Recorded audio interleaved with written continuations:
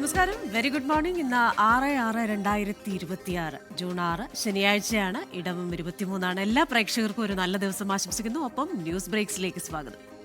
കൃഷ്ണയേറെ പ്രത്യേകത ഉള്ള ദിവസം, തീയതി പോലെ തന്നെ ഒരുപാട് വാർത്തകൾ പ്രതീക്ഷിക്കുന്ന ദിവസം. CJPയുടെ വലിയൊരു പ്രതിഷേധം ഡൽഹിയിൽ വരാനിരിക്കുന്നു. ആ പ്രതിഷേധത്തെ എങ്ങനെ കാണുന്നു, സർക്കാർ എങ്ങനെ അതിനോട് പ്രതികരിക്കുന്നു, അതിനൊപ്പം തന്നെ ഈ സൈബർ ഇടത്തിൽ കണ്ട, ട്വിറ്ററിലൊക്കെ കണ്ട പിന്തുണ ഈ പ്രതിഷേധത്തിൽ നേരിട്ടുണ്ടാകുമോ എന്നറിയണം. കേരളത്തിലേക്ക് വന്നാൽ മഴ പൊടിപൊടിക്കുകയാണ്. ഇന്ന് എല്ലാ ജില്ലകളിലും മഴ മുന്നറിയിപ്പുണ്ട്. പ്രത്യേകിച്ച് വടക്കൻ കേരളത്തിൽ റെഡ് അലർട്ടുണ്ട്. അതിതീവ്ര മഴയാണ് പ്രതീക്ഷിക്കുന്നത്. മഴയ്ക്കൊപ്പം ചില അപകട വാർത്തകൾ കൂടി വരുന്നുണ്ട്. ഇന്നലെ രാത്രി മലപ്പുറം പെരിയമ്പലത്തുണ്ടായ അപകടത്തിൽ ഇപ്പോൾ 2 പേരുടെ മരണമാണ് സ്ഥിരീകരിച്ചിരിക്കുന്നത്. രണ്ടാമതൊരാൾ കൂടി മരിച്ചിരിക്കുന്നു. അപ്പോൾ അങ്ങനെ ഒരുപാട് വാർത്തകൾ, ഇന്നലെ രാത്രിയിൽ സംഭവിച്ച വാർത്തകളുടെയൊക്കെ അപ്ഡേറ്റ്സ് വരുന്നു.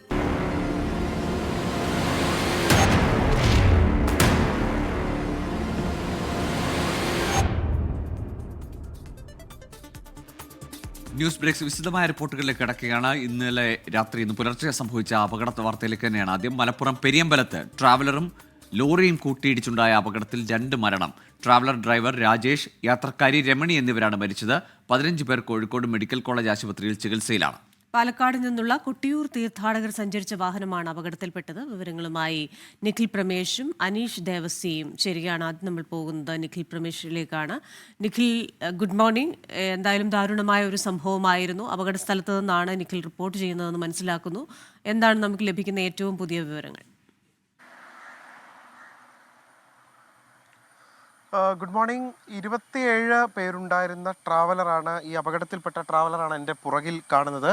ഇത് അപകടം നടന്ന സ്ഥലമല്ല. അപകടം നടന്ന സ്ഥലത്ത് നിന്ന് അല്പം മാറിയാണ് ഈ ട്രാവലർ ഇപ്പോൾ കൊണ്ടുവന്ന് ഇട്ടിട്ടുള്ളത്. ഇന്ന് പുലർച്ചെ ഏതാണ്ട് 1:30 കൂടിയിട്ടാണ് അപകടം ഉണ്ടാകുന്നത്. കൊട്ടിയൂർ ക്ഷേത്രത്തിലേക്ക് ദർശനത്തിന് വേണ്ടി പാലക്കാട് നിന്ന് വന്ന ട്രാവലറാണ് ഇത്. അതാണ് അപകടത്തിൽപ്പെടുന്ന സാഹചര്യം ഉണ്ടായത്. ഇവിടുത്തെ പ്രദേശവാസികളായിട്ടുള്ള ആളുകളോടൊക്കെ ചോദിക്കുമ്പോൾ എന്താണ് സംഭവിച്ചത് എന്നുള്ളതിനെ കുറിച്ച് അവർക്ക് വ്യക്തതയില്ല. പാലക്കാട് നിന്ന് വരുന്ന വാഹനം എന്ന് പറയുമ്പോൾ സ്വാഭാവികമായിട്ടും അധിക സമയം ആയിട്ടില്ല. അതുകൊണ്ട് തന്നെ ഡ്രൈവർ ഉറങ്ങിപ്പോയതാകാം, അങ്ങനെയൊന്നും കരുതുക വയ്യ.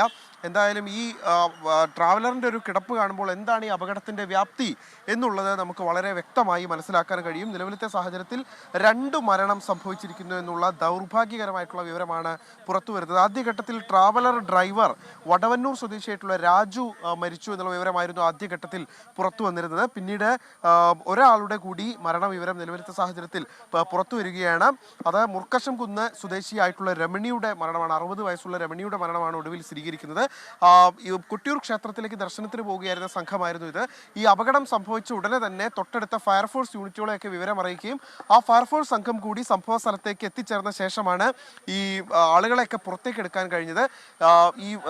ഈ പല ഭാഗങ്ങളും വെട്ടിപ്പൊളിച്ചുകൊണ്ടാണ്, മീൻചന്തയിൽ നിന്നുള്ള ഫയർഫോഴ്സ് സംഘം അടക്കം ഇവിടേക്ക് എത്തിച്ചേർന്നിരുന്നു. അങ്ങനെ ഈ വാഹനം വെട്ടിപ്പൊളിച്ചുകൊണ്ടാണ് ആളുകളെ പുറത്തേക്ക് എടുക്കുന്ന സാഹചര്യം ഉണ്ടായത്. വലിയ രീതിയിലുള്ള ഗതാഗത കുരുക്ക് ഈ മേഖലയിൽ ആ സമയത്ത് രൂപപ്പെട്ടിരുന്നു.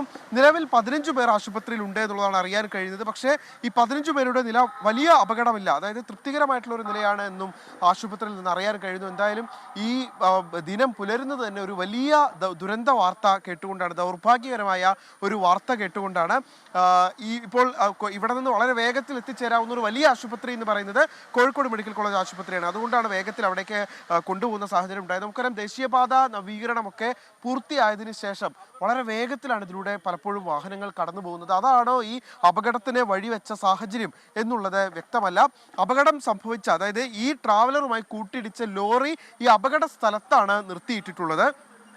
ഇത് മറ്റു വാഹനങ്ങൾ കടന്നു പോകാൻ ബുദ്ധിമുട്ടാണ് എന്നുള്ളത് കൊണ്ട് തന്നെ ഈ ട്രാവലർ ഇവിടേക്ക് മാറ്റുകയായിരുന്നു. ഇന്നലെ രാത്രിയിൽ തന്നെ റിക്കവറി വെഹിക്കിൾ അടക്കം ഉപയോഗിച്ചുകൊണ്ട് നീക്കുകയായിരുന്നു. ഇപ്പോൾ നമുക്ക് ഇതിൻ്റെ സമീപത്തൊരു കടയിലേക്ക് പോയി നോക്കിയാൽ അവിടുത്തെ ആളുകളൊക്കെ ഇന്നലെ രാത്രി ഈ സമയത്ത് ഇവിടെ ഉണ്ടായിരുന്നതാണ്. ഒരുപക്ഷെ അവരുടെ അഭിപ്രായങ്ങൾ കൂടി നമുക്ക് ഈ പ്രതികരണം കൂടി ഇതുമായി ബന്ധപ്പെട്ട് ലഭ്യമാക്കാം എന്ന് കരുതുകയാണ്. ഈ പാത നമ്മൾ പരിശോധിക്കുമ്പോൾ കൃഷ്ണ വളരെ നല്ലൊരു റോഡാണ്. സമീപകാലത്ത് നവീകരിച്ചതാണ് ഇതിൻ്റെ പല ഭാഗങ്ങളും. അതുകൊണ്ട് തന്നെ വളരെ വേഗത്തിൽ രാത്രിയിലൊക്കെ വാഹനങ്ങൾ കടന്നു പോകാറുണ്ട്. അങ്ങനെയാണ്, അതുകൊണ്ടാണ് ഈ അമിത വേഗത കൊണ്ടാണ് സംഭവിച്ചത് എന്നുള്ള കാര്യത്തിൽ എന്തായാലും നിലവിലത്തെ സാഹചര്യത്തിൽ ഒരു വ്യക്തതയില്ല. ഈ അപകടം എന്തായാലും വലിയ രീതിയിൽ ആളുകളെ എല്ലാം തന്നെ ഞെട്ടിച്ചിട്ടുണ്ട് എന്നുള്ള കാര്യത്തിൽ യാതൊരു സംശയവുമില്ല.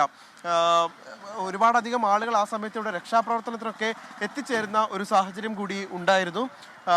ഈ പുലർച്ചെ ഏതാണ്ട് 1:30 മണിയോട് കൂടി ഈ അപകടം സംഭവിക്കുന്നു. അതിനു പിന്നാലെ ഇവിടെ നിറയെ ഇപ്പം ഈ പാതയിലാകെ വലിയ രീതിയിലുള്ള ഗതാഗത കുരുക്ക് ഉണ്ടായിരുന്നു. വാഹനങ്ങൾ കടന്നു പോകുന്നതിനും ഒക്കെ വലിയ പ്രയാസമുണ്ടായിരുന്നു എന്നുള്ളതാണ് അറിയാൻ കഴിയുന്നത്. നിങ്ങൾ ഈ അപകടം നടക്കുന്ന സമയത്ത് ഇവിടെ ഉണ്ടായിരുന്നു? അല്ല, ഇപ്പം രാവിലെയാണ് കേട്ടത് ഇങ്ങനെ അപകടത്തെ പറ്റിയിട്ട്. അതിൻ്റെ ദാരുണമായ സംഭവമാണെന്ന് പറഞ്ഞാൽ കുറച്ച് അപ്പുറത്തുനിന്നാണ് സംഗതി ഉണ്ടായിട്ടുള്ളത്. വാഹനം കുറച്ച് സ്പീഡ് കൂടി എന്നൊക്കെയാണ് പറഞ്ഞത്, എന്താണെന്നുള്ളത് അറിയില്ല. ഇത്ര നല്ല റോഡാകുമ്പോൾ സ്വാഭാവികമായിട്ട് രാത്രിയിലും നല്ല റഷുകളും പിന്നെ കോയമ്പത്തൂർ ഭാഗത്തേക്കുള്ള വാഹനങ്ങളൊക്കെ പോകുന്ന റോഡാണ്. അതിൻ്റെതായതാണ് കേട്ടത്. അപകടം ഉണ്ടാവുന്ന മേഖലയാണ് ഇവിടെ. അങ്ങനെ പൊതുവെ അപകടങ്ങൾ ഉണ്ടാവാറില്ല, പക്ഷേ ഈ രാത്രി സമയങ്ങളിൽ ഇന്റർസ്റ്റേറ്റ് വണ്ടികൾ പാസ് ചെയ്യുന്ന റൂട്ടാണല്ലോ, ആ ഒരു രീതിയിലുള്ള അതാണെന്ന് പറഞ്ഞത്. രാവിലെ തന്നെ ഒരു ഷോക്കിംഗ് ന്യൂസ് ആയിട്ടാണ് തോന്നിയിട്ടുള്ളത്. ആ സമയത്ത് കൂടുതലായിട്ടും ഈ എയർപോർട്ട് വാഹനങ്ങളാണ് അധികവും ഉണ്ടാവാറല്ലേ? എയർപോർട്ട് വാഹനങ്ങളും അതോടൊപ്പം തന്നെ വലിയ ടാങ്കറുകൾ ഒക്കെ പോകുന്ന റൂട്ടുകളുണ്ട്. പിന്നെ ഇന്റർസ്റ്റേറ്റ് വണ്ടികളുണ്ടാവും. ഇപ്പോൾ ബാംഗ്ലൂർ വണ്ടികൾ, കോയമ്പത്തൂർ വണ്ടികളൊക്കെ പാസ് ചെയ്യുന്ന ആ ഒരു സമയമാണ്. അങ്ങനെ ആയിരിക്കാം. എന്താണ് അപകട കാരണം എന്നുള്ളത് വ്യക്തമല്ല. രാവിലെയാണ് അറിയുന്നത് ഇങ്ങനെ ഒരു സംഭവം. കൃഷ്ണ, തന്നെയാണ് സംഭവം. അപകട കാരണം എന്ത് എന്നുള്ളത് വ്യക്തമല്ല. ഇവിടെയുള്ള ആളുകളോടൊക്കെ സംസാരിക്കുമ്പോൾ എങ്ങനെയാണ് ഈ അപകടം സംഭവിച്ചത് എന്നുള്ളതിനെ കുറിച്ച് പലർക്കും വ്യക്തത ലഭിച്ചിട്ടില്ല. എന്താണ് അപകടത്തിലേക്ക് നയിച്ച സാഹചര്യം എന്നുള്ളത് പലർക്കും മനസ്സിലായിട്ടില്ല. കാരണം ഇപ്പോൾ നേരത്തെ സൂചിപ്പിച്ചതുപോലെ തന്നെ കൊട്ടിയൂർ ക്ഷേത്ര ദർശനത്തിന് വരുന്ന വാഹനം എന്ന് പറയുമ്പോൾ സ്വാഭാവികമായിട്ട് അധിക ദൂരം അവർ യാത്ര ചെയ്തിട്ടില്ല. അപ്പോൾ എങ്ങനെയായിരിക്കാം ഈ അപകടം സംഭവിച്ചത് എന്നുള്ള കാര്യത്തിൽ ഒരു വ്യക്തത കുറവ് പലപ്പോഴും സംഭവിക്കുന്നുണ്ട്. അപ്പോൾ ഒരു സാധ്യത എന്ന് പറയുന്നത് ഈ അമിത വേഗതയായിരിക്കാം എന്നാണ് പലരും പറയുന്നത്. എന്തായാലും അക്കാര്യത്തിൽ വ്യക്തത കൈവരേണ്ടതുണ്ട്. ഈ ട്രാവലർ മാത്രമാണ് ഇപ്പോൾ ഇവിടേക്ക് നീക്കിയിട്ടുള്ളത്. നമുക്ക് കാണാൻ കഴിയുന്നുണ്ട് ട്രാവലറിൻ്റെ ഒരു ഭാഗം, ഈ ഡ്രൈവർ ഇരുന്ന ആ ഭാഗമാണ്, വലത് ഭാഗമാണ് പൂർണ്ണമായി തകർന്നിട്ടുള്ളത്. ഇപ്പുറത്ത് കാര്യമായ കേടുപാടുകൾ അല്ലെങ്കിൽ ഇടിയുടെ ആഘാതമൊന്നും നമുക്ക് കാണാൻ കഴിയുന്നില്ല. ഈ ഭാഗത്തിരുന്ന ആളുകളാണ് സുരക്ഷിതരായവരിൽ പലരും. അപ്പുറത്തെ ഭാഗം, അതായത് ഡ്രൈവർ ക്യാബിന് പുറകിലുള്ള ഭാഗമാണ് പൂർണ്ണമായി തകർന്നിട്ടുള്ളത്. അത് ആ ഭാഗം കാണുമ്പോൾ തന്നെ നമുക്ക് അറിയാൻ കഴിയും. വലിയ രീതിയിൽ ആ ഭാഗം പൂർണ്ണമായി തന്നെ ഇടിച്ച് തകർന്നു പോകുന്ന ഒരു സാഹചര്യമാണ് ഉണ്ടായിട്ടുള്ളത്. മീഞ്ചന്തയിൽ നിന്നുള്ള ഫയർഫോഴ്സ് സംഘം അടക്കം എത്തിയാണ് ഇതിനകത്തുണ്ടായിരുന്ന ആളുകളെയൊക്കെ പുറത്തേക്ക് എത്തിച്ച് വളരെ വേഗത്തിൽ കോഴിക്കോട് മെഡിക്കൽ കോളേജ് ആശുപത്രിയിലേക്ക് എത്തിച്ചത്. ഇതിലൂടെ കടന്നു പോകുമ്പോൾ ദേശീയപാതയിലേക്ക് എത്തുകയാണെങ്കിൽ വളരെ വേഗത്തിൽ മെഡിക്കൽ കോളേജിലേക്ക് എത്താൻ കഴിയും. അങ്ങനെ കോഴിക്കോട് മെഡിക്കൽ കോളേജിലേക്കാണ് ഈ പരിക്കേറ്റ ആളുകളൊക്കെ എത്തിച്ചിട്ടുള്ളത്. അതുകൊണ്ട് തന്നെ അതായത് വളരെ വേഗത്തിൽ രക്ഷാപ്രവർത്തനം നടത്തിയ ആളുകളെ പുറത്തെത്തിച്ച് ആശുപത്രിയിലേക്ക് മാറ്റാൻ കഴിഞ്ഞു എന്നുള്ളതാണ് ഏറ്റവും ആശ്വാസകരമായിട്ടുള്ള കാര്യം. അതുകൊണ്ട് തന്നെ ഈ പരിക്കേറ്റവരുടെ ഈ പരിക്കിന്റെ തോത് പരമാവധി കുറയ്ക്കാൻ കഴിഞ്ഞു എന്നുള്ളതാണ് ഇവിടുത്തെ പ്രദേശവാസികളായിട്ടുള്ള ആളുകളൊക്കെ പറയുന്ന ഒരു കാര്യം. ശരി നിഖിൽ, അവിടെ തുടരുക. നമുക്ക് അനീഷ് ദേവസിയിലേക്ക് ഒന്ന് പോകാം. കോഴിക്കോട് മെഡിക്കൽ കോളേജിൽ ഈ പരിക്കേറ്റവർ ചികിത്സയിലുള്ള കോഴിക്കോട് മെഡിക്കൽ കോളേജിൽ അനീഷ് ഉണ്ട്. Aneesh, good morning. അവിടെ എന്താണ് സാഹചര്യം? 5 പേരുടെ നില ഗുരുതരമാണ്, 15 പേർ പരിക്കേറ്റ് ചികിത്സയിലുണ്ടെന്ന് മനസ്സിലാക്കുന്നു. ഡോക്ടേഴ്സും ഹോസ്പിറ്റൽ അധികൃതരും നൽകുന്ന വിവരങ്ങൾ എന്തൊക്കെയാണ്?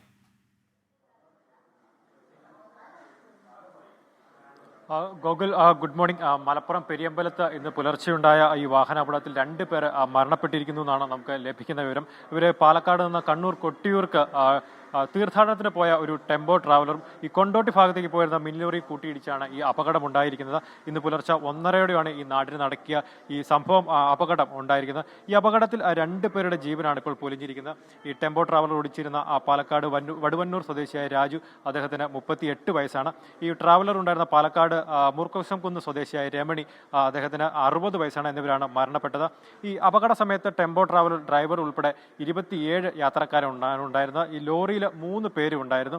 ഈ അപകടത്തിൽ പരിക്കേറ്റ 15 പേരെ ഇപ്പോൾ നിലവിൽ കോഴിക്കോട് മെഡിക്കൽ കോളേജ് ആശുപത്രിയിൽ പ്രവേശിപ്പിച്ചിരിക്കുകയാണ്. ഈ ലോറിയിൽ 3 പേരുണ്ടായിരുന്നതിൽ ഒരാൾക്കാണ് പരിക്കേറ്റിരിക്കുന്നത്. അദ്ദേഹത്തെ ഫറൂഖിലെ ഒരു സ്വകാര്യ ആശുപത്രിയിൽ പ്രവേശിപ്പിച്ചിരിക്കുകയാണ്. ഈ ടെമ്പോ ട്രാവലറിൽ ഉണ്ടായിരുന്ന 15 പേരെയാണ് ഇപ്പോൾ കോഴിക്കോട് മെഡിക്കൽ കോളേജ് ആശുപത്രിയിൽ പ്രവേശിപ്പിച്ചിരിക്കുന്നത്. നമ്മളിപ്പോൾ ഈ ദൃശ്യത്തിൽ കാണുന്നത് ഈ മെഡിക്കൽ കോളേജിന് മുമ്പിൽ ഈ ടെമ്പോ ട്രാവലറിൽ ഈ തീർത്ഥാടനത്തിന് പോയ ഈ തീർത്ഥാടകരുടെ ബാഗുകളും അവരുടെ ചെരുപ്പുകളും ഒക്കെയാണ് ഈ നമ്മളിപ്പോൾ ദൃശ്യത്തിൽ കാണുന്നത്. അവർ ഇന്ന് പുലർച്ചെ 1:30യോടെ ഈ അപകടം ഉണ്ടായതിനെ തുടർന്ന് ഈ ഏറ്റവും അടുത്ത് തന്നെ എത്തുന്നത് കോഴിക്കോട് മെഡിക്കൽ കോളേജ് ആയിരുന്നു. അതുകൊണ്ട് തന്നെ ഏറ്റവും പെട്ടെന്ന് തന്നെ കോഴിക്കോട് മെഡിക്കൽ കോളേജിലേക്ക് ഈ അവരെ എത്തിക്കാൻ കഴിഞ്ഞു. ഇതിൽ ഏറ്റവും ആശ്വാസകരമായ ഒരു കാര്യം എന്ന് പറയുന്നത് ഈ പരിക്കേറ്റ മറ്റുള്ളവരുടെ നില ഗുരുതരമല്ല എന്നാണ് ആശുപത്രിയിൽ നമുക്ക് ലഭിക്കുന്ന ഒരു പ്രാഥമിക വിവരം. ഇവരുടെ ആരോഗ്യനില നിലവിൽ തൃപ്തികരമാണ്. ഈ പുലർച്ചെ 1:30യോട് കൂടിയാണ് ഈ അപകടം ഉണ്ടായതിനെ തന്നെ ഇത് ഡ്രൈവർ ഉറങ്ങിപ്പോയതാണോ അതോ ഇന്നലെയൊക്കെ ശക്തമായ കാലവർഷത്തിൽ ഇന്നലെ മഴയുണ്ടായിരുന്നു, അത് ഈ വണ്ടിയുടെ നിയന്ത്രണം വിട്ടതാണോ എന്ന കാര്യത്തിൽ ഒരു വ്യക്തത വരാനുണ്ട്. ഏതായാലും പോലീസ് ഇക്കാര്യത്തിൽ ഒരു അന്വേഷണം നടത്തുന്നുണ്ട്. ഗോകുൽ. ശരി, അനീഷ് ദേവസിയാണ് കോഴിക്കോട് മെഡിക്കൽ കോളേജിൽ നിന്നുള്ള വിവരങ്ങൾ നൽകിയത്. നിഖിൽ പ്രമേഷ് പെരിയമ്പലത്ത് നിന്നും തത്സമയം ചേർന്നിരുന്നു. ഏതായാലും 5 പേരുടെ നില ഗുരുതരമെന്നത് സാഹചര്യം മാറിയിരിക്കുന്നു. ഇപ്പോൾ അവർ തൃപ്തികരമായ നിലയിലേക്ക് ആരോഗ്യനില എത്തിയിരിക്കുന്നു. 2 പേരുടെ മരണം സംഭവിച്ചെങ്കിൽ പോലും ബാക്കി 15 പേർക്ക് പരിക്കേറ്റതിൽ 5 പേർ അവരുടെ നില മെച്ചപ്പെട്ടു എന്നത് ആശ്വാസകരമാണ്. പക്ഷേ മഴക്കാലത്ത് അപകടങ്ങൾ കൂടുന്നു എന്നത് നമ്മളെ ചിന്തിപ്പിക്കുന്നതുമാണ്.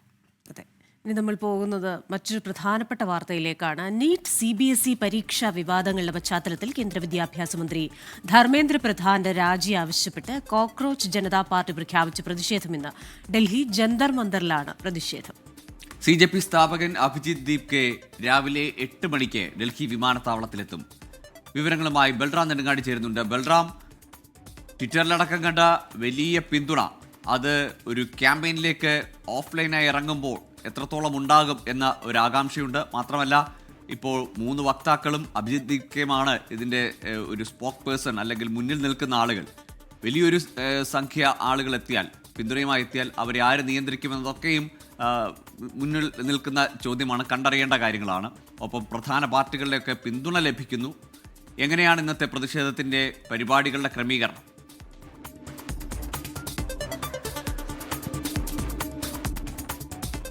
ക്രിസ്റ്റീന, രാജ്യം ഇന്ന് ആകാംക്ഷയോടെ ഉറ്റുനോക്കുന്ന ഒരു പ്രതിഷേധമാണ് ഡൽഹിയിലെ ജന്തർ മന്ദറിൽ നടക്കാൻ പോകുന്നത്. സമൂഹ മാധ്യമങ്ങളിൽ വലിയ പിന്തുണ നേടിയ CJP തെരുവിലേക്ക് ഇറങ്ങുകയാണ്. പാറ്റകൾ തെരുവിലേക്ക് ഇറങ്ങുമ്പോൾ അതിൽ ലഭിക്കും തുടങ്ങിയ കാര്യങ്ങൾ തന്നെയാണ് എല്ലാവരും ഉറ്റുനോക്കുന്നത്. ഇന്ന് 8 മണിക്ക് അഭിജിത് ദീപ് കെ ഡൽഹി വിമാനത്താവളത്തിൽ ഇറങ്ങും. അതിനുശേഷം പാർലമെന്റ് സ്ട്രീറ്റ് പോലീസ് സ്റ്റേഷനിലെത്തി സമരത്തിന് അനുമതി തേടും എന്നാണ് ഈ CJPയുടെ വക്താക്കൾ അറിയിച്ചിരിക്കുന്നത്. ഇവിടെ ജന്തർ മന്ദറിലെ സമരവേദിയിൽ എല്ലാ തയ്യാറെടുപ്പുകളും ആരംഭിച്ച് കഴിഞ്ഞിരിക്കുന്നു. നമുക്ക് ദൃശ്യങ്ങളിൽ കാണാം. CJP ഒരു പ്രത്യക്ഷ ക്യാമ്പയിനിലേക്ക് അല്ലെങ്കിൽ ഓൺലൈൻ വിട്ട് ഓഫ്ലൈൻ ഒരു ക്യാമ്പയിനിലേക്ക് ഇറങ്ങുകയാണ്. അവരുടെ ഏക മുദ്രാവാക്യം ആവശ്യമെന്നത് നീറ്റ് ഒപ്പം CBSE +2 പരീക്ഷയിലെ ഗുരുതര വീഴ്ചകൾക്ക് കേന്ദ്രമന്ത്രി ധർമ്മേന്ദ്ര പ്രധാൻ രാജിവെക്കണം, അതിൻ്റെ ഉത്തരവാദിത്തം ഏറ്റെടുത്ത് രാജിവെക്കണം എന്നത് മാത്രമാണ് ഈ പ്രതിഷേധത്തിൻ്റെ ആവശ്യം. ആ ആവശ്യത്തോട് ഐക്യപ്പെടുന്ന മറ്റ് നിരവധി സംഘടനകൾ, SFI അടക്കം നിരവധി വിദ്യാർത്ഥി സംഘടനകൾ ഈ പ്രതിഷേധത്തിൻ്റെ ഭാഗമാകും എന്ന് ഇന്നലെ തന്നെ പ്രഖ്യാപിച്ചിട്ടുണ്ട്. ഇന്ന് ഈ പാർട്ടികൾ CJP, കോക്രോച്ച് ജനതാ പാർട്ടിയുടെ അണികൾ അല്ലെങ്കിൽ അതിനെ പിന്തുണയ്ക്കുന്ന ആളുകൾ ഒരുമിച്ചെത്തിയാൽ അതെങ്ങനെ നിയന്ത്രിക്കുമെന്നൊക്കെ കണ്ടറിയേണ്ടതുണ്ട്. ഏതായാലും ഡൽഹിയിൽ വലിയ സുരക്ഷാ സന്നാഹമുണ്ട്. ബൽറാം, തുടരാം.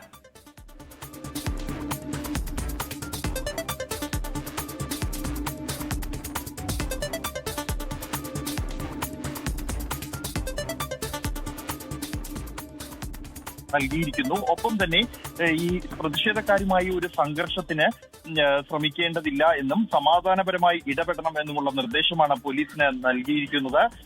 ഈ 12 സോണുകളാക്കി തിരിച്ച് 12 DCPമാർക്ക് ചുമതല നൽകിയിരിക്കുന്നു. ഒപ്പം തന്നെ പ്രധാനമന്ത്രി, പ്രതിരോധ മന്ത്രി, വിദ്യാഭ്യാസ മന്ത്രി അടക്കമുള്ളവരുടെ വീടുകൾക്ക് സുരക്ഷ വർദ്ധിപ്പിച്ചിട്ടുണ്ട്. ജന്തർ മന്ദറിൽ ഉൾപ്പെടെ ഡ്രോൺ നിരീക്ഷണം ഏർപ്പെടുത്തും. ഇതോടൊപ്പം തന്നെ 6 ജോയിന്റ് കമ്മീഷണർമാർ, 14 DCPമാർ, 32 SP മാർ, 300 CMR എന്നിവർക്ക് പ്രത്യേക ചുമതല നൽകിയിരിക്കുന്നു. 20 കമ്പനി അധിക പോലീസിനെ വിന്യസിച്ചിട്ടുണ്ട്. അതേസമയം ഈ പ്രതിഷേധത്തിൽ ആം ആദ്മി പാർട്ടിയുടെ ഭാഗത്തു നിന്നും വലിയ പങ്കാളിത്തം ഉണ്ടാകുമെന്നാണ് ഇന്റലിജൻസ് റിപ്പോർട്ട്. ഇതിന്റെ അടിസ്ഥാനത്തിൽ കൂടുതൽ സുരക്ഷ വർദ്ധിപ്പിച്ചിരിക്കുന്നത്. ആം ആദ്മി പാർട്ടിയുടെ ഡൽഹിയിലും പഞ്ചാബിലുമുള്ള അണികൾ ഈ ഒരു പരിപാടിയിൽ പങ്കെടുക്കും. പഞ്ചാബിൽ നിന്നുള്ള വിദ്യാർത്ഥി സംഘടനകളുടെ പങ്കാളിത്തവും വലിയ തോതിൽ ഈ പരിപാടിയിലേക്ക് ഉണ്ടാകുമെന്നാണ് ഡൽഹി പോലീസിന് ലഭിച്ചിരിക്കുന്ന ഇന്റലിജൻസ് റിപ്പോർട്ട്. കാരണം കഴിഞ്ഞ കുറച്ചു കാലമായി തിരിച്ചടി നേരിടുന്ന പാർട്ടി ഇതൊരു അവസരമാക്കി മാറ്റാൻ ഇടയുണ്ട് എന്നുള്ള റിപ്പോർട്ടാണ് ലഭിച്ചിരിക്കുന്നത്. ഇതിന്റെ അടിസ്ഥാനത്തിലാണ് സുരക്ഷാ ക്രമീകരണങ്ങൾ ശക്തമാക്കിയത്. ഈ ജന്തർ മന്ദറിലെ പ്രതിഷേധങ്ങളിൽ സാധാരണ 50,000 പേർ, 1 ലക്ഷം പേർ വരെ പങ്കെടുത്ത പ്രതിഷേധങ്ങൾ നടന്നിട്ടുണ്ട്. എന്നാൽ ഇന്ന് നടക്കുന്ന പ്രതിഷേധത്തിൽ അത് എത്ര പേർ പങ്കെടുക്കും എന്നത് സംഘാടകരെ സംബന്ധിച്ചിടത്തോളവും പറയാൻ കഴിയാത്ത കാര്യമാണ്. ഡൽഹി പോലീസിനെ സംബന്ധിച്ചിടത്തോളവും എത്ര പേർ പങ്കെടുക്കും എന്നുള്ളത് തങ്ങൾക്ക് വ്യക്തതയില്ല എന്നാണ് അറിയിച്ചിരിക്കുന്നത്. അതുകൊണ്ട് തന്നെ വലിയ സുരക്ഷാ ക്രമീകരണങ്ങൾ, ഇതുവരെ കാണാത്ത സുരക്ഷാ ക്രമീകരണങ്ങളാണ് ഏർപ്പെടുത്തിയിരിക്കുന്നത്. നമുക്ക് ദൃശ്യങ്ങളിൽ കാണാം, വരുൺ അടക്കമുള്ള സജ്ജീകരണങ്ങൾ ഇവിടെ തയ്യാറാക്കി നിർത്തിയിട്ടുണ്ട്. ആവശ്യമെങ്കിൽ അത് അക്രമാസക്തമാവുകയാണെങ്കിലോ അതിനെ നേരിടാനുള്ള ക്രമീകരണങ്ങളും ഏർപ്പെടുത്തിയിരിക്കുന്നു. മുഴുവൻ സമയവും ഡ്രോൺ നിരീക്ഷണം ഉണ്ടാകും. എത്ര സമയം ഈ പ്രതിഷേധം പോകും എന്നതുമായി ബന്ധപ്പെട്ടും ഈ ഒരു ഘട്ടത്തിൽ വ്യക്തതയില്ല എന്നതുകൊണ്ട് തന്നെ പഴുതടച്ചുള്ള സുരക്ഷാ ക്രമീകരണങ്ങൾ ഡൽഹി പോലീസ് ഏർപ്പെടുത്തിയിരിക്കുന്നു. ഇന്നലെ ഉച്ചയോടെ മുതൽ തന്നെ കേന്ദ്രസേനയെയും ഡൽഹി പോലീസിന്റെ 20 കമ്പനികളെയും ന്യൂഡൽഹി മേഖലയിലെ വിവിധ ഭാഗങ്ങളിലായി വിന്യസിച്ചു കഴിഞ്ഞിട്ടുണ്ട്. ഉന്നത ഉദ്യോഗസ്ഥർ പലതവണ ജന്തർ മന്ദിറിലെത്തി സുരക്ഷാ ക്രമീകരണങ്ങൾ വിലയിരുത്തിയിരുന്നു. ഇതിൽ ഒരു പ്രധാന വെല്ലുവിളി പോലീസ് നേരിടുന്നത് ഇവിടെ നിന്ന് ആരൊക്കെ, എത്ര പേർ എന്നതുമായി ബന്ധപ്പെട്ട് കൃത്യമായ ഒരു വിവരം ലഭിച്ചിട്ടില്ല. സംഘാടകർക്കും അതിനെക്കുറിച്ച് പറയാൻ കഴിയുന്നില്ല എന്നുള്ളതാണ്. ഒപ്പം തന്നെ ഈ ഒരു ജന്തർ മന്ദറാണ് പ്രതിഷേധ വേദിയെങ്കിലും ഇതിനോട് സമാന്തരമായി തന്നെയുള്ള പാർലമെന്റ് സ്ട്രീറ്റ്, അവിടുത്തെ പോലീസ് സ്റ്റേഷനിലാണ് ഒത്തുകൂടാൻ എല്ലാവരോടും ആവശ്യപ്പെട്ടിരിക്കുന്നത്. അവിടെ അഭിജിത്ത് ദീപ്കയും എത്തും. ആദ്യമായാണ് ഈ ഒരു മുന്നേറ്റം ആരംഭിച്ച ശേഷം അഭിജിത്ത് അണികൾക്ക് മുന്നിലേക്ക് എത്തുന്നത്. അതുകൊണ്ട് തന്നെ അദ്ദേഹത്തെ നേരിൽ കാണാൻ ഒട്ടേറെ പേർ ഇവിടെ എത്തിച്ചേരും എന്ന പ്രതീക്ഷയുണ്ട്. അവിടെ നിന്നും ഇവിടേക്ക് ആളുകൾ മുന്നേറാനുള്ള നിർദ്ദേശമാണ്, അല്ലെങ്കിൽ മാർച്ചായി മുന്നോട്ട് ഇവിടേക്ക് എത്താനുള്ള നിർദ്ദേശമാണ് നൽകിയിരിക്കുന്നത്. അത് എത്രത്തോളം നിയന്ത്രിക്കാൻ കഴിയും എന്നതുമായി ബന്ധപ്പെട്ടും പോലീസിനെ സംബന്ധിച്ചിടത്തോളം വലിയ വെല്ലുവിളി തന്നെയാണ് അത് ഉയർത്തുന്നത്. അതേസമയം തീർത്തും സമാധാനപരമായ പ്രതിഷേധത്തിനാണ് ആഹ്വാനം ചെയ്തിരിക്കുന്നത് CJP. എന്തെങ്കിലും അക്രമ സംഭവങ്ങൾ ഉണ്ടായാൽ ഉടൻ തന്നെ പോലീസിനെ അറിയിക്കണമെന്നും ഈ സമരത്തെ അട്ടിമറിക്കാൻ ശ്രമങ്ങൾ ഉണ്ടെങ്കിൽ അത് തിരിച്ചറിഞ്ഞ് പോലീസിനെ അറിയിക്കണമെന്നും അത്തരം സംഭവങ്ങൾ കണ്ടാൽ ഉടൻ തന്നെ ദൃശ്യങ്ങൾ പകർത്തി സമൂഹ മാധ്യമങ്ങളിൽ പങ്കുവെച്ച് അതിന്റെ ഉത്തരവാദികളെ നിയമത്തിന് മുന്നിൽ കൊണ്ടുവരാൻ സഹായിക്കണം എന്നുള്ള നിർദ്ദേശം CJPയും നൽകിയിട്ടുണ്ട്. മറ്റ് ഇടത് വിദ്യാർത്ഥി സംഘടനകൾ അടക്കമുള്ള ആളുകളുടെ പങ്കാളിത്തം ഈ പ്രതിഷേധത്തിനുണ്ടാകും. ഇതുകൂടാതെ വിവിധ മേഖലകളിൽ നിന്നും പിന്തുണ, ആക്ടിവിസ്റ്റുകളുടേതടക്കമുള്ള പിന്തുണ ഈ CJPക്ക് ലഭിച്ചിട്ടുണ്ട്. സോനം വാങ്ചുക് ഇന്നത്തെ സമരത്തിൽ പങ്കെടുക്കുമെന്ന് അറിയിച്ചിട്ടുണ്ട്. അദ്ദേഹം ഈ പാർലമെന്റ് സ്ട്രീറ്റ് പോലീസ് സ്റ്റേഷനിൽ അഭിജിത്ത് ദീപ്കയ്ക്ക് ഒപ്പം എത്തും. തുടർന്നായിരിക്കും അനുമതി തേടുക. ഇതോടൊപ്പം കൂടുതൽ ആരൊക്കെ എന്നുള്ളതും ആകാംക്ഷയോടെ രാജ്യം ഉറ്റുനോക്കുന്ന ഒരു കാര്യമാണ്. ആനി രാജ CPI നേതാവ് ഈ സമരത്തിൽ വ്യക്തിപരമായി പങ്കെടുക്കും എന്ന് അറിയിച്ചിട്ടുണ്ട്. അതുപോലെ തന്നെ രാജ്യത്തിന്റെ വിവിധ മേഖലകളിൽ നിന്നുള്ള പല നേതാക്കൾ, വിവിധ മേഖലകളിൽ പ്രവർത്തിക്കുന്ന ആക്ടിവിസ്റ്റുകൾ, വിദ്യാർത്ഥി നേതാക്കൾ ഉൾപ്പെടെയുള്ളവർ ഈ ഒരു പ്രതിഷേധത്തിന്റെ ഭാഗമാകും എന്ന് തന്നെയാണ് പ്രതീക്ഷിക്കുന്നത്. അത് ആരെല്ലാം എന്നുള്ളത് നിർണായകമാകും. ഒപ്പം തന്നെ ഈ പ്രതിഷേധത്തെ എങ്ങനെ പോലീസ് കൈകാര്യം ചെയ്യുന്നു എന്നുള്ള കാര്യവും നിർണായകമായി മാറും. തീർത്തും സമാധാനപരമായി പ്രകോപനമില്ലാതെ ഇടപെടാനുള്ള നിർദ്ദേശമാണ് പോലീസിന് അധികൃതർ, ഉന്നത ഉദ്യോഗസ്ഥർ നൽകിയിരിക്കുന്നത്. മറ്റ് സുരക്ഷാ ക്രമീകരണങ്ങളെല്ലാം തന്നെ ഇതിനകം തന്നെ പൂർത്തിയായിരിക്കുന്നു. ഈ ഒരു ജന്തർ മന്ദിറിലെ ബാരിക്കേഡ് കെട്ടിനകത്ത് ഒതുങ്ങുന്ന ജനക്കൂട്ടമാകുമോ ഇവിടേക്ക് എത്തുക എന്നുള്ളത് ഏറ്റവും നിർണായകമാകും. ശരി ബൽറാം, ഏതായാലും CJPയുടെ ആദ്യ പ്രത്യക്ഷ പ്രതിഷേധം എന്നതിനപ്പുറത്തേക്ക് ആരൊക്കെ പങ്കെടുക്കും, ആര് നിയന്ത്രിക്കും, എത്ര സമയം നീണ്ടുപോകും, അങ്ങനെ പല കാര്യങ്ങളിലുള്ള ആകാംക്ഷ നിലനിർത്തുന്നുണ്ട്. ഏതായാലും വലിയ പ്രതിഷേധത്തിനാണ് CJP ഇന്ന് ഡൽഹിയിൽ പദ്ധതിയിടുന്നത്. ഒരു പ്രതിഷേധത്തിനുള്ള പ്ലാറ്റ്ഫോമിൽ നിന്ന് ഒരു മൂവ്മെന്റ്, അതിൽ നിന്നൊരു രാഷ്ട്രീയ പാർട്ടിയിലേക്കാണോ CJP പോകുന്നത്? ആം ആദ്മി പാർട്ടിയുമായുള്ള ബന്ധങ്ങളൊക്കെ പലപ്പോഴും പലരും പറയുന്നുണ്ട്.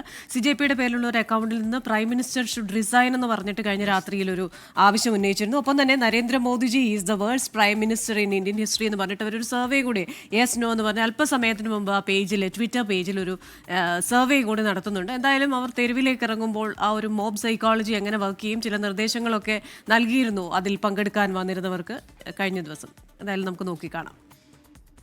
പുനർമൂല്യനിർണ്ണയ പോസ്റ്ററിലെ സൈബർ ആക്രമണത്തിൽ CBSE നൽകിയ പരാതിയിൽ അന്വേഷണത്തിനായി IFSO പ്രത്യേക സംഘത്തെ രൂപീകരിച്ചു.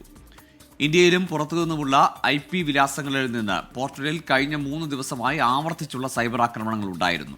തടസ്സമില്ലാത്ത പ്രവേശനം ഉറപ്പാക്കുമെന്നും ഡിജിറ്റൽ അടിസ്ഥാന സൗകര്യങ്ങളുടെ സുരക്ഷ നിലനിർത്തുമെന്നാണ് CBSEയുടെ വിശദീകരണം.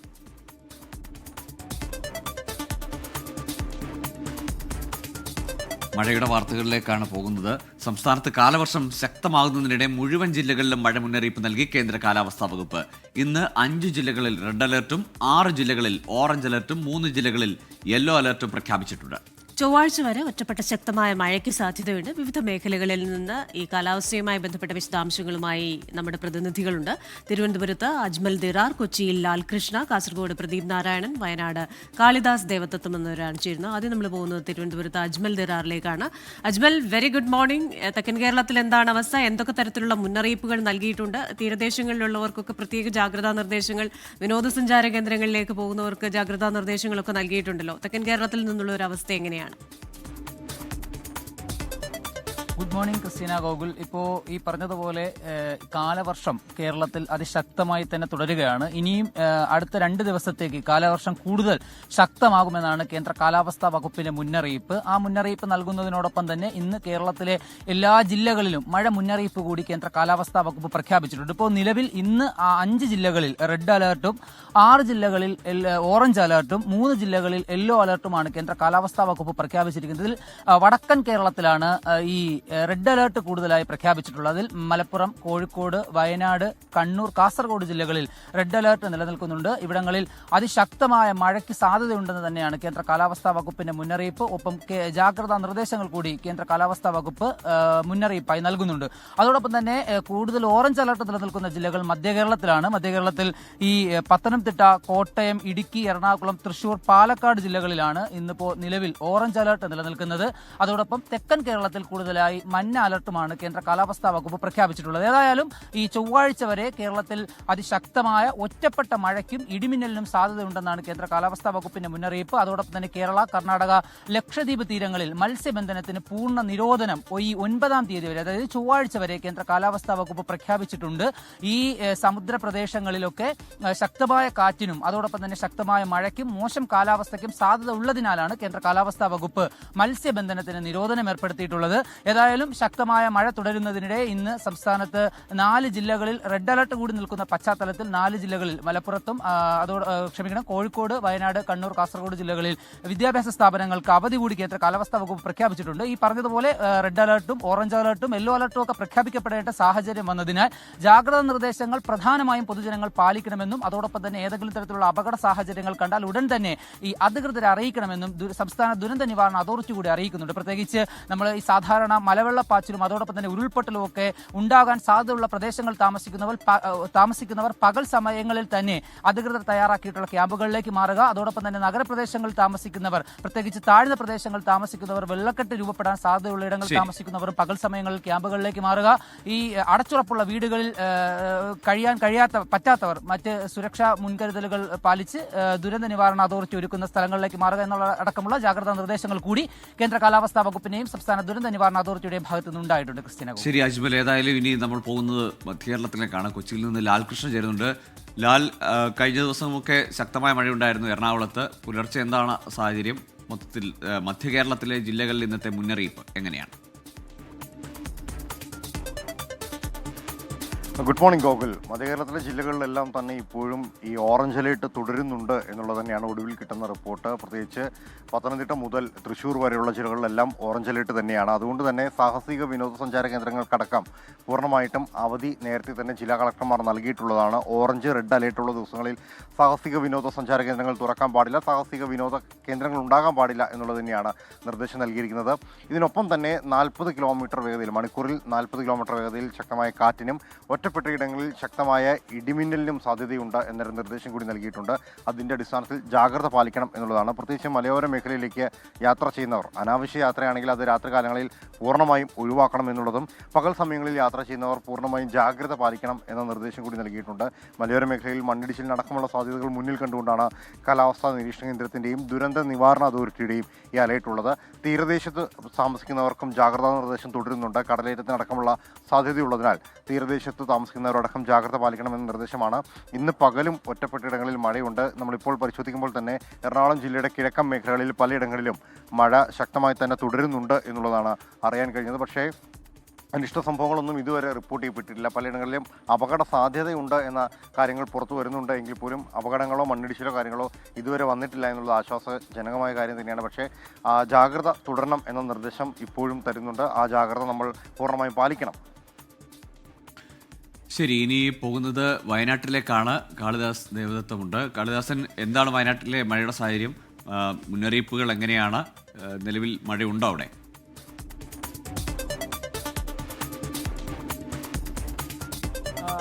Good morning Gokul, Christina. ഇപ്പോൾ വടക്കൻ കേരളത്തിലെ 5 ജില്ലകളിൽ റെഡ് അലേർട്ട് പ്രഖ്യാപിച്ച സാഹചര്യമാണ്. അതായത് അതിതീവ്ര മഴ ഉണ്ടാകുമെന്നുള്ളത് തന്നെയാണ്. വയനാടിനെ സംബന്ധിച്ച് ഓരോ കാലവർഷം വരുമ്പോഴും ഒരു ദുസ്വപ്നം പോലെ ആണ് ആ ഓരോ കാലവർഷം വരുന്നത്. ആ പഴയ ദുരന്തങ്ങളുടെ ഓർമ്മകളൊക്കെ തന്നെയാണ്. അതുകൊണ്ട് തന്നെ അതിതീവ്ര മഴ എന്ന് പറയുമ്പോൾ അത്രത്തോളം ജാഗ്രത പാലിക്കണം എന്നുള്ളൊരു നിർദ്ദേശം കൂടെ പുറത്തുവിട്ടിരുന്നു ജില്ലാ ഭരണകൂടം.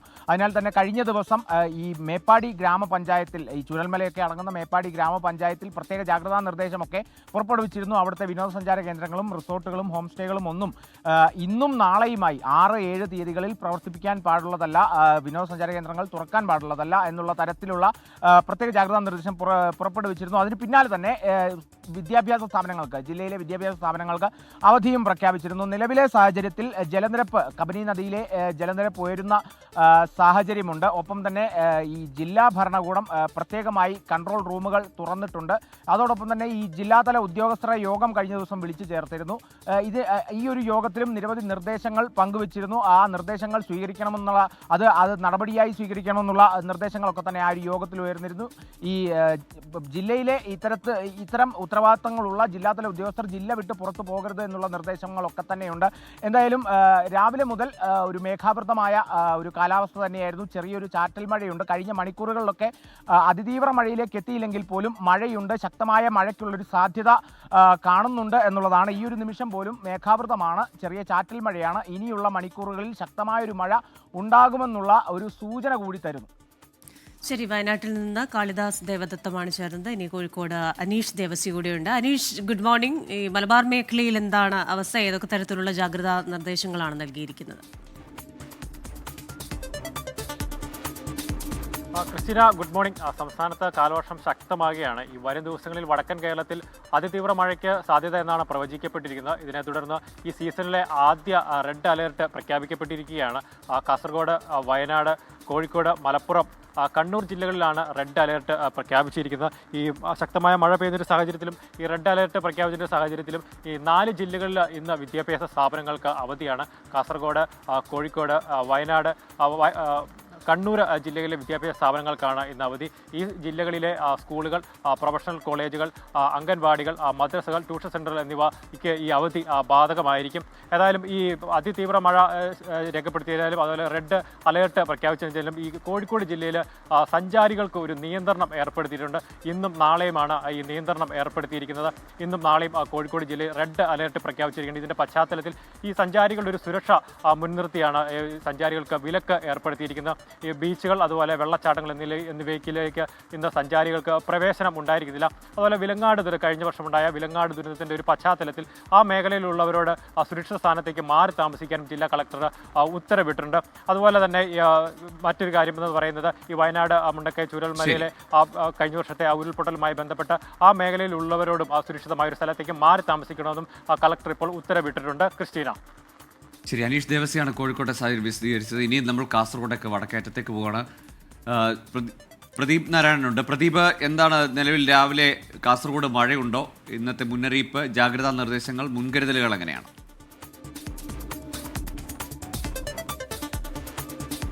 അതായത് റെഡ് അലേർട്ട് പ്രഖ്യാപിച്ച സാഹചര്യത്തിൽ എല്ലാവിധ മുൻകരുതലോടും കൂടിയാണ് ജില്ലാ ഭരണകൂടം ഇന്നത്തെ ദിവസം നോക്കിക്കാണുന്നത്. പക്ഷേ ഇന്ന് ഒരു തെളിഞ്ഞ കാലാവസ്ഥയാണ് രാവിലെ മുതൽ ഇവിടെ ദൃശ്യമാകുന്നത്. പക്ഷേ മഴയുടെ കാര്യമാണ്, എപ്പോഴാണ് ശക്തി പ്രാപിക്കുക എന്ന് പറയാൻ പറ്റില്ല. കഴിഞ്ഞ ദിവസം ഒക്കെ തന്നെയും കാസർഗോഡ് ജില്ലയിൽ വലിയ നാശനഷ്ടങ്ങളൊക്കെ ഉണ്ടായതായി പറയുന്നുണ്ട്. കാഞ്ഞങ്ങാട് സ്കൂളിന് സമീപത്തുള്ള ഒരു വലിയ മതിൽ ഇടിഞ്ഞു വീഴുന്നൊരു സാഹചര്യം ഉൾപ്പെടെ ഉണ്ടായിരുന്നു. എന്തായാലും റെഡ് അലേർട്ട് പ്രഖ്യാപിച്ച സാഹചര്യത്തിൽ എല്ലാവിധ മുൻകരുതലുകളും ജില്ലാ ഭരണകൂടം എടുത്തിട്ടുണ്ട്. കഴിഞ്ഞ ദിവസം വൈകുന്നേരം തന്നെ തദ്ദേശ സ്ഥാപന പ്രതിനിധികൾ ഉൾപ്പെടെ യോഗം ചേർന്നുകൊണ്ട് കാര്യങ്ങൾ വിലയിരുത്തിയിട്ടുണ്ട്.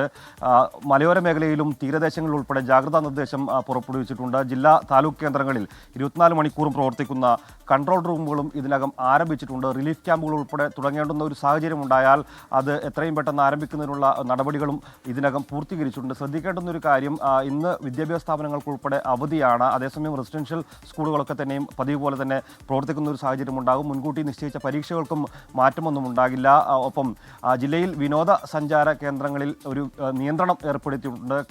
കയാക്കിംഗ്, ട്രെക്കിംഗ് ഉൾപ്പെടെയുള്ള കാര്യങ്ങൾ പാടില്ല. ഒപ്പം മത്സ്യബന്ധനത്തിനിറങ്ങുന്ന മത്സ്യത്തൊഴിലാളികൾക്കുള്ള ഒരു ജാഗ്രതാ നിർദ്ദേശം ഉൾപ്പെടെ നൽകിയിട്ടുണ്ട്.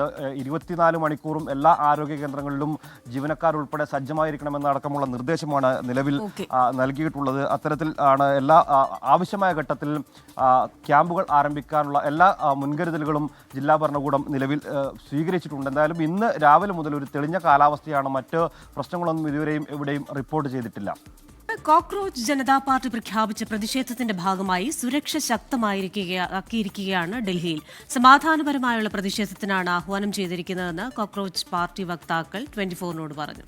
ഒരു തരത്തിലുള്ള ആക്രമണങ്ങളും അംഗീകരിക്കില്ല. പ്രതിഷേധം സമാധാനപരമായിരിക്കാൻ പോലീസുമായി സഹകരിക്കും.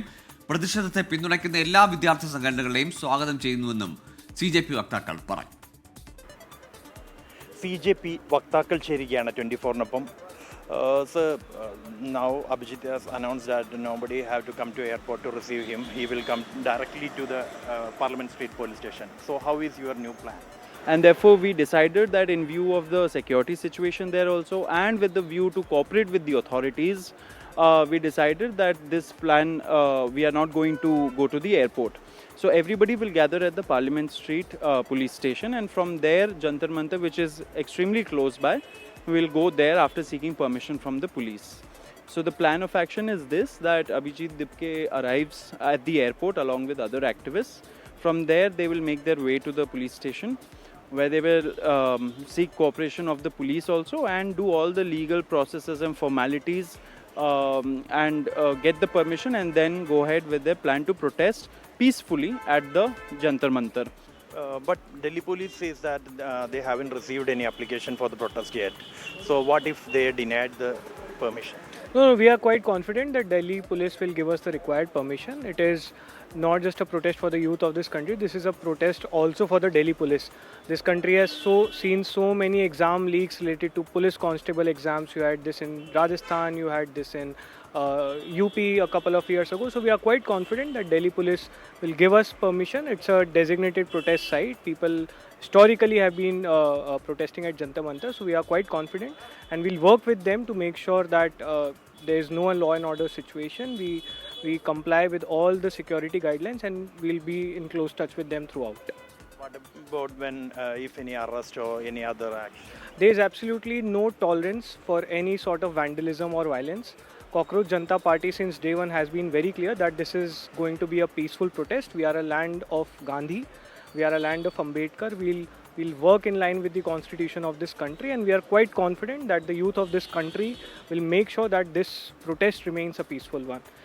Anyone, also an appeal to your audience, that if any one of you sees any unruly elements trying to enter the protest, please immediately report them to the police personnel nearby.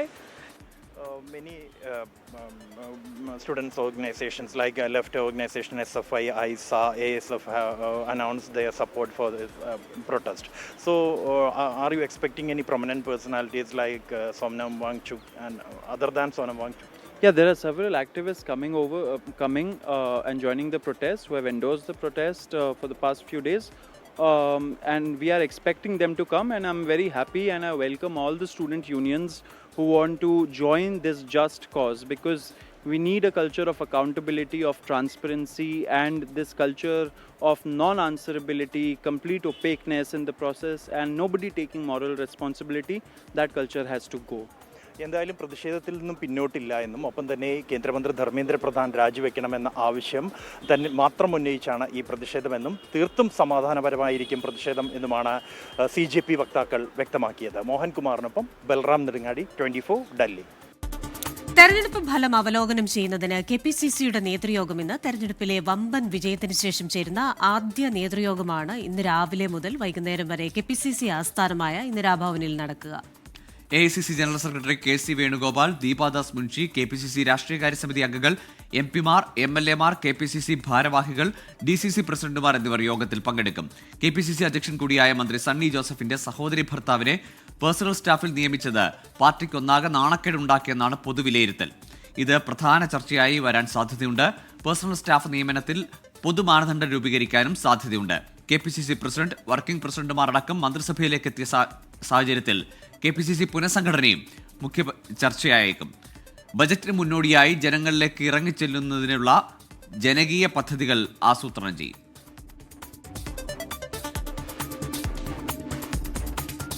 പ്രതിപക്ഷ ഉപനേതൃസ്ഥാനം വേണമെന്ന ആവശ്യം CPIM തള്ളിയ സാഹചര്യത്തിൽ സ്വീകരിക്കേണ്ട നടപടികൾ CPI നേതൃയോഗങ്ങളിൽ തീരുമാനിക്കും. ഈ മാസം 14 മുതൽ 18 വരെ നടക്കുന്ന നേതൃയോഗങ്ങളിൽ വിഷയം ചർച്ചയാകും. 14-ന് സംസ്ഥാന സെക്രട്ടേറിയറ്റും 15-ന് എക്സിക്യൂട്ടീവും തുടർന്നുള്ള 3 ദിവസങ്ങളിൽ സംസ്ഥാന കൗൺസിലുമാണ് ചേരുന്നത്. അതിനു മുൻപ് പ്രശ്നത്തിന് പരിഹാരമുണ്ടാകുമെന്നാണ് നേതൃത്വത്തിന്റെ പ്രതീക്ഷ. വടകരയിലെ കാഫിർ സ്ക്രീൻഷോട്ട് കേസിൽ CPIM അനുകൂല സൈബർ ഗ്രൂപ്പുകളിലെ അഡ്മിനുകൾ ഇന്നു മുതൽ അന്വേഷണ സംഘത്തിന് മുൻപാകെ മൊഴി നൽകും. പോരാളി ഷാജി, അമ്പാടിമുക്കു സഖാക്കൾ, റെഡ് ബറ്റാലിയൻ, റെഡ് എൻകൗണ്ടർ എന്നീ ഗ്രൂപ്പിലെ അഡ്മിനുകളാണ് മൊഴി നൽകുക. 3 ദിവസത്തിനകം അഡ്മിനുകൾ പ്രത്യേക അന്വേഷണ സംഘത്തിന് മുൻപാകെ ഹാജരാകണമെന്ന് കഴിഞ്ഞ ദിവസം നിർദ്ദേശം നൽകിയിരുന്നു. പ്രത്യേക അന്വേഷണ സംഘം ഇന്നലെ ചേർന്ന യോഗത്തിന് ശേഷമാണ് നിർണായക നീക്കം. പുനരന്വേഷണം പ്രഖ്യാപിച്ചതോടെ യഥാർത്ഥ പ്രതിയെ കണ്ടെത്താൻ കഴിയുമെന്ന പ്രതീക്ഷയിലാണ് അന്വേഷണ സംഘം. ഇറാന്റെ റഡാർ സൈറ്റുകൾക്ക് നേരെ അമേരിക്കൻ ആക്രമണം. ഹോർമൂസ് കടലിടുക്കിൽ വാണിജ്യ കപ്പലുകൾ ലക്ഷ്യമിട്ട് ഇറാൻ ഡ്രോണുകൾ അയച്ചതിനെ തുടർന്നായിരുന്നു ആക്രമണമെന്ന് അമേരിക്കൻ സൈന്യം വ്യക്തമാക്കി. അതേസമയം ഇറാൻ അമേരിക്ക സമാധാന ചർച്ച പ്രതിസന്ധിയിലാണെന്നും യുദ്ധം മറ്റിടങ്ങളിലേക്ക് വ്യാപിപ്പിക്കാൻ മടിക്കില്ലെന്നും ഇറാൻ പരമോന്നത നേതാവ് മുസ്തഫ ഖമനിയുടെ ഉപദേഷ്ടാവ് മൊഹ്സൈൻ റസായി പറഞ്ഞു. അമേരിക്ക മരവിപ്പിച്ച 2400 കോടി രൂപയുടെ ആസ്തികൾ വിട്ടു നൽകാൻ തയ്യാറായാൽ മാത്രമേ സമാധാന കരാർ സാധ്യമാവുകയുള്ളൂ എന്നാണ് ഇറാന്റെ വാദം. ഹോം എന്റർടൈൻമെന്റ്സിനെ പുതിയ തലത്തിലേക്ക് ഉയർത്തുന്ന ഹൈസെൻസിന്റെ ഏറ്റവും പുതിയ flagship model UX 116 inch RGB mini LED TV വിപണിയിലെത്തി. കോഴിക്കോട് തൊണ്ടയാട് മൈജി ഫ്യൂച്ചർ എപ്പിക് ഷോറൂമിൽ നടന്ന ചടങ്ങിൽ സിനിമാ താരം അനിഖ സുരേന്ദ്രൻ ലോഞ്ചിംഗ് നിർവഹിച്ചു.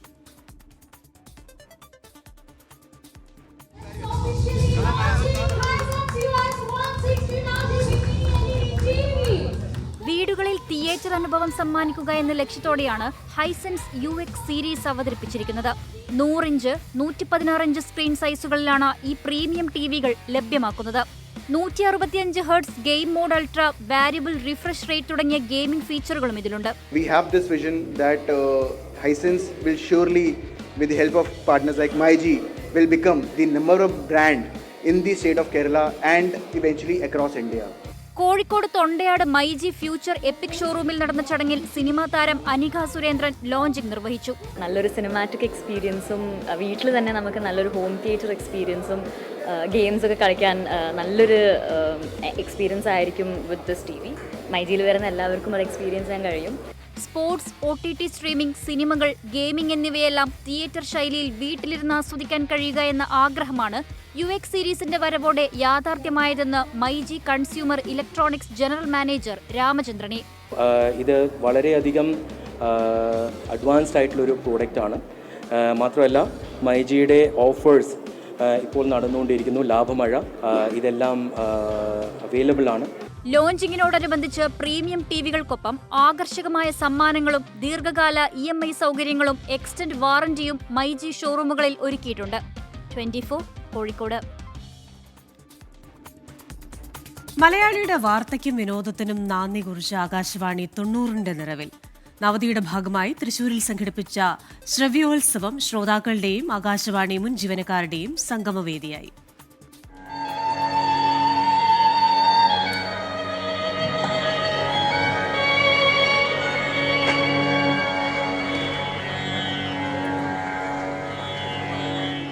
വിനോദത്തിനും വിജ്ഞാനത്തിനുമൊപ്പം ഒരു കാലത്ത് വാർത്തകൾക്കായി ശ്രോതാക്കൾ ആശ്രയിച്ചത് ഓൾ ഇന്ത്യ റേഡിയോ അഥവാ ആകാശവാണിയെയാണ്.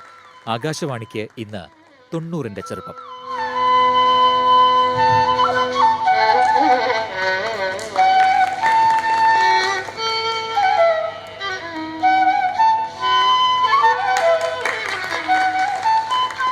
തൃശൂർ റീജിയണൽ തിയേറ്ററിൽ നടന്ന ശ്രവ്യോത്സവം എന്ന പരിപാടി തലമുറകളുടെ സംഗമവേദിയായി മാറി.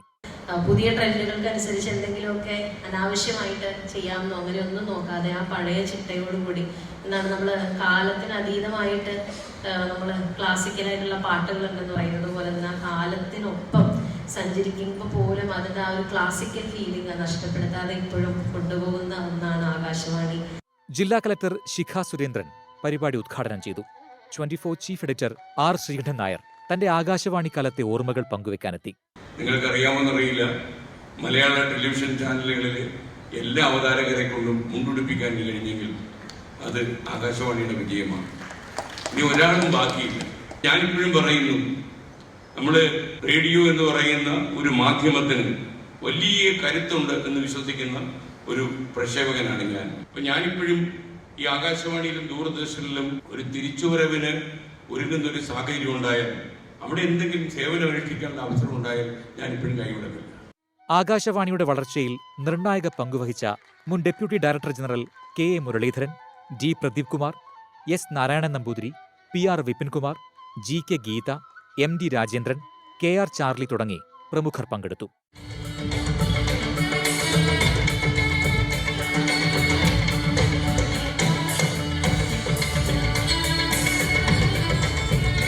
കലാപരിപാടികളോടെയാണ് ശ്രവ്യോത്സവം അവസാനിച്ചത്. 24 തൃശൂർ. ഇപ്പോൾ വരുന്ന ഒരു വാർത്തയാണ്. ലണ്ടനിൽ ചീഫ് ജസ്റ്റിസ് സൂര്യകാന്ത് പങ്കെടുത്ത പരിപാടി തടസ്സപ്പെട്ടു. പാറ്റ പരാമർശം ചൂണ്ടിക്കാട്ടി വിദ്യാർത്ഥികൾ ചീഫ് ജസ്റ്റിസിനോട് ചോദ്യങ്ങൾ ഉന്നയിച്ചതിന് പിന്നാലെയാണ് പരിപാടി ഇടയ്ക്ക് വെച്ച് നിർത്തിയത്. നടന്നത് അപമര്യാദയെന്ന് ഇന്ത്യൻ ഹൈക്കമ്മീഷൻ അറിയിച്ചു. വിവരങ്ങളുമായി ഡൽഹിയിൽ നിന്ന് വിനീത വിജയാണ് ചേരുന്നത്. വിനീത, വെരി ഗുഡ് മോർണിംഗ്. ഈ ചീഫ് ജസ്റ്റിസിന്റെ പരിപാടി അത് ഇടയ്ക്ക് വെച്ച് തടസ്സപ്പെടുന്നു. അത് മറ്റൊരു രാജ്യത്ത് വെച്ച് നടക്കുന്ന ഒരു പരിപാടി. ഇന്ത്യയുടെ പരമോന്നത നീതിപീഠത്തിന്റെ ഏറ്റവും ഉയർന്ന പദവിയിലിരിക്കുന്ന വ്യക്തിയാണ്. അപ്പോൾ ഇത് ഏത് രീതിയിലാണ് ഇന്ത്യൻ ഹൈക്കമ്മീഷൻ എടുക്കുക? വിശദാംശങ്ങൾ. ക്രിസ്റ്റിന, ഈ നടന്ന സംഭവം അത് തീർത്തും അപമര്യാദയാണെന്നാണ് ഇന്ത്യൻ ഹൈക്കമ്മീഷൻ ഇതിനോടകം തന്നെ പ്രതികരിച്ചിരിക്കുന്നത്. ഒപ്പം തന്നെ എല്ലാവർക്കും അഭിപ്രായ വ്യത്യാസങ്ങൾ ഉണ്ടാകും. പക്ഷേ അതൊക്കെ ഒരു ജനാധിപത്യ സമൂഹത്തിന്റെ സ്വാഭാവികമായിട്ടുള്ള ഭാഗമാണ്. പക്ഷേ അത് പ്രകടിപ്പിക്കാൻ അതിൻ്റെതായിട്ടുള്ള ഒരു രീതിയുണ്ട്. അത്തരത്തിൽ വേണം അത്തരം അഭിപ്രായങ്ങൾ പ്രകടിപ്പിക്കാനെന്നും ഹൈക്കമ്മീഷൻ ഈ സംഭവത്തെ അപലപിച്ചിട്ടുണ്ട്. ലണ്ടനിൽ ഒരു സർവകലാശാലയിൽ നടന്ന പരിപാടിക്കിടെയാണ് ഈ സംഭവം ഉണ്ടാകുന്നത്.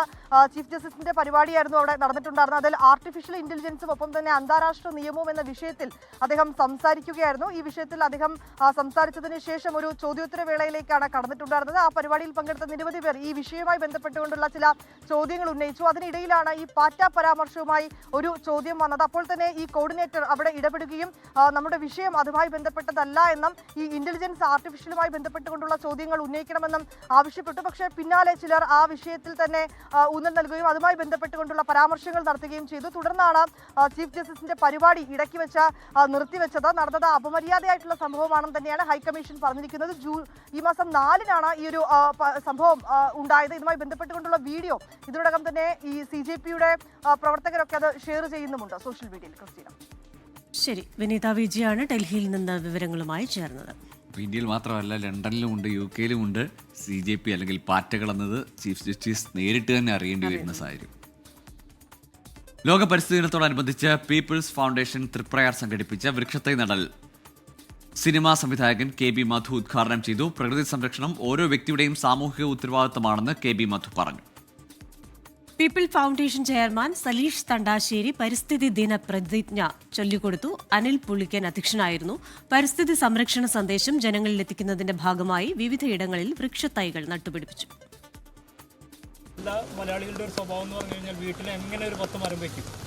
അതെല്ലാ അന്യ സംസ്ഥാനക്കാർ നമ്മളെക്കുറിച്ച് ഏറ്റവും കൂടുതൽ നമ്മളെ കുറിച്ച് പറയുന്നതിൽ ഒരു സംഭവം, ഒരു മലയാളി അവൻ്റെ വീട്ടിൽ മിനിമം ഒരു 6 മരം, അത് ഫോറസ്റ്റ് മരങ്ങളുണ്ടാവും, അല്ലെങ്കിൽ സാധാരണ നമ്മുടെ ഫലവൃക്ഷ നമുക്ക് ആവശ്യമായിട്ടുള്ള കായ്കനികൾ കിട്ടുന്ന മരങ്ങളുണ്ടാവും എന്നുള്ളത് ഏറ്റവും വലിയൊരു മലയാളിയുടെ ഒരു സ്വഭാവമാണ്.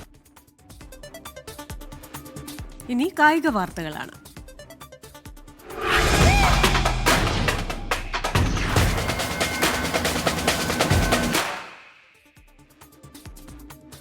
നോർവേ ചെസ് ചാമ്പ്യൻഷിപ്പിൽ ഇന്ത്യയുടെ പ്രജ്ഞാനന്ദ ചാമ്പ്യൻ. 18 പോയിന്റ് നേടിയാണ് പ്രജ്ഞാനന്ദയുടെ കിരീട നേട്ടം. ടൂർണമെന്റ് ജയിക്കുന്ന ആദ്യ ഇന്ത്യക്കാരനാണ് പ്രജ്ഞാനന്ദ. ടൂർണമെന്റിൽ 2 തവണ ലോക 1-ാം നമ്പർ മാഗ്നസ് കാൾസനെയും പ്രജ്ഞാനന്ദ തോൽപ്പിച്ചിരുന്നു. വിവരങ്ങളുമായി അനിൽ വാസുദേവൻ ചേരുകയാണ് സ്പോർട്സ് ഡെസ്കിൽ നിന്ന്. Anil, very good morning. ഒരു സന്തോഷ വാർത്ത കൂടി, കൂടുതൽ ഉയരങ്ങളിലേക്ക് പോവുകയാണ് പ്രജ്ഞാനന്ദ. തീർച്ചയായും അത് തന്നെയാണ്. ഇന്ത്യൻ ചെസ്സിൽ സമീപകാലത്ത് പല താരങ്ങളും ഗുകേഷും ഒപ്പം തന്നെ വൈശാലിയും പ്രജ്ഞാനന്ദയും ഒക്കെ തന്നെ വലിയ വലിയ നേട്ടങ്ങൾ കൊയ്യുകയാണ്. ആ കൂട്ടത്തിലേക്കാണ് വലിയൊരു സന്തോഷം കൂടി വരുന്നത്.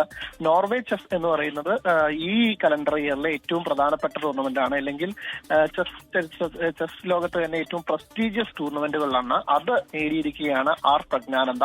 അദ്ദേഹത്തിന്റെ നേട്ടം ചെറുതല്ല. ഈ ടൂർണമെന്റിന്റെ തുടക്കത്തിൽ അദ്ദേഹം വളരെ പിന്നിലായിരുന്നു. പിന്നീട് മികച്ച രീതിയിൽ കയറി വരുന്നു. അതിൽ ഏറ്റവും അവസാനമായിട്ട് 4 മത്സരങ്ങളിലും ജയിച്ചു എന്നുള്ളത് ചെറിയ കാര്യമല്ല. 4 മത്സരങ്ങളും ജയിച്ചുകൊണ്ടാണ് 30-ൽ 18 പോയിന്റ് വേണ്ടി 1-ാം സ്ഥാനത്തേക്ക് ചാമ്പ്യനായൊക്കെ തന്നെ വരുന്നത്. ഇതിൽ തന്നെ 2 മത്സരങ്ങളിൽ തോൽപ്പിച്ചത് സാക്ഷാൽ മാഗ്നസ് കാൾസനെയാണ്. അതും ക്ലാസിക്കൽ ഫോർമാറ്റിൽ എന്നുള്ളതും ഈ വിജയത്തിന്റെ മാറ്റ് കൂട്ടുന്നുണ്ട്. ആർ പ്രജ്ഞാനന്ദ ലോക ചാമ്പ്യൻഷിപ്പിലൊക്കെ ലോകകപ്പിലൊക്കെ തന്നെ ഫൈനലിലെത്തിയുള്ള താരമാണ്. സമീപകാലത്ത് വലിയ പ്രകടനങ്ങൾ കാഴ്ചവെച്ചാണ്. അപ്പോൾ അദ്ദേഹത്തിന്റെ ആ സുവർണ്ണ നേട്ടത്തിലേക്ക് മറ്റൊരു പൊൻതൂവൽ കൂടി വരിക എന്നുള്ളത് തന്നെയാണ്. അദ്ദേഹത്തിന്റെ സഹോദരി ആർ വൈശാലിയും ഇന്ത്യൻ ചെസ്സിന് അഭിമാനമാണ്. അവർ സമീപകാലത്താണ് കാൻഡിഡേറ്റ് ചെസ് ജയിച്ചുകൊണ്ട് ലോക ചാമ്പ്യൻഷിപ്പിനുള്ള ഇടം നേടിയിരിക്കുന്നത്. അങ്ങനെ ഇന്ത്യൻ ചെസ്സിലെ ഒരു സുവർണ്ണ തലമുറ അല്ലെങ്കിൽ ഇന്ത്യയുടെ സുവർണ്ണ തലമുറയുടെ ഒരു മികച്ച പ്രകടനങ്ങൾ കാണുകയാണ്. ആ കൂട്ടത്തിലേക്ക് ഒന്നുകൂടി ഒരു തിളക്കമുള്ള ജയം തന്നെയാണ് ഈ നോർവേ ചെസ് ടൂർണമെന്റിലെ ആർ പ്രജ്ഞാനന്ദയുടെ ജയം. ശരി, അനിൽ വാസുദേവാണ് വിശദാംശങ്ങൾ നൽകിയതായാലും ഇന്ത്യക്ക് അഭിമാനിക്കാവുന്ന നിമിഷമാണ് പ്രജ്ഞാനന്ദ സമ്മാനിക്കുന്നത്. ഇന്ത്യ അഫ്ഗാനിസ്ഥാൻ ഏക ടെസ്റ്റിന് ഇന്ന് തുടക്കം. രാവിലെ 9:30 മുതൽ ന്യൂ ചണ്ഡീഗഡിലാണ് മത്സരം. ലോക ടെസ്റ്റ് ചാമ്പ്യൻഷിപ്പ് ഫൈനൽ സാധ്യത നിലനിർത്താൻ ടീം ഇന്ത്യക്ക് ഇനി ചില്ലറ കളിയൊന്നും കളിച്ചാൽ പോരാ. ശേഷിക്കുന്ന 9 മത്സരങ്ങളിൽ 7 എണ്ണത്തിലെങ്കിലും ജയം വേണം. അതിലൊന്ന് അഫ്ഗാനിസ്ഥാനെതിരെ അനായാസം നേടാമെന്ന പ്രതീക്ഷയിലാണ് ശുഭ്മാൻ ഗില്ലും സംഘവും. KL രാഹുലും യശസ്വി ജയ്സ്വാളുമായിരിക്കും ഇന്ത്യൻ ഇന്നിംഗ്സ് ഓപ്പൺ ചെയ്യുക. 1 ഡൗണായി സായ് സുദർശനും 4-ാം നമ്പറിൽ ക്യാപ്റ്റൻ ശുഭ്മാൻ ഗില്ലും വിക്കറ്റ് കീപ്പർ ബാറ്ററായി ഋഷഭ് പന്തും. നിതീഷ് കുമാർ റെഡ്ഡിയും വാഷിംഗ്ടൺ സുന്ദറും ഓൾറൗണ്ടർമാരുടെ റോളിലെത്തുമ്പോൾ കുൽദീപ് യാദവിനൊപ്പം സ്പിൻ ഡിപ്പാർട്ട്മെന്റിൽ ഹർഷ് ദുബേക്ക് ടെസ്റ്റ് അരങ്ങേറ്റത്തിന് അവസരമുണ്ടാകും. മുഹമ്മദ് സിറാജും പ്രസിദ്ധ് കൃഷ്ണയുമായിരിക്കും പേസ് നിരയിൽ. ഹഷ്മത്തുള്ള ഷാഹിദ് നയിക്കുന്ന അഫ്ഗാൻ ടീമിന്റെ പ്രതീക്ഷകൾ റഹ്മാനുള്ള ഗുർബാസ്, അസമത്തുള്ള ഒമർ സായ് എന്നീ താരങ്ങളിലാണ്. ഇതിനു മുമ്പ് ഒരേ ഒരു തവണയാണ് ടെസ്റ്റിൽ ഇന്ത്യ അഫ്ഗാനിസ്ഥാനെ നേരിട്ടിട്ടുള്ളത്. അഫ്ഗാന്റെ ടെസ്റ്റ് അരങ്ങേറ്റമെന്ന നിലയിൽ ശ്രദ്ധേയമായ 2018 മത്സരത്തിൽ ഇന്നിംഗ്സിനും 262 റൺസിനുമായിരുന്നു ഇന്ത്യൻ ജയം. Sports desk 24. അപ്പോൾ ലോകം ഇനി ഒരു പന്തിലേക്ക് ചുരുങ്ങാൻ പോവുകയാണ്. ലോകം കാൽപന്താവേശത്തിലേക്ക്.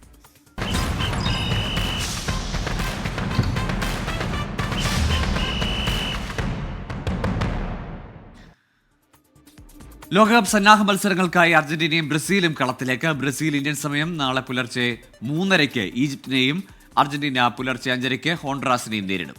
ഇംഗ്ലണ്ട്, ജർമ്മനി ടീമുകൾക്കും മത്സരമുണ്ട്. ലോകകപ്പ് പടിവാതിൽക്കൽ എത്തി നിൽക്കെ ടീമിലെ കൂട്ടപ്പരുക്കിന്റെ ആശങ്കയിലാണ് ലോക ചാമ്പ്യന്മാരായ അർജന്റീന. നായകൻ ലിയോണൽ മെസ്സിയും ഗോൾ കീപ്പർ എമിലിയാനോ മാർട്ടിനസും അടക്കം പരുക്കിന്റെ പിടിയിലുള്ളത് 1/2 ഡസനിലേറെ താരങ്ങൾ. പ്ലാൻ ബി സെറ്റാക്കാനുള്ള അവസരമാണ് ഹോണ്ടുറാസിനും ഐസ്ലൻഡിനുമെതിരായ സന്നാഹ മത്സരങ്ങൾ ലിയോണൽ സ്കലോണിക്ക്.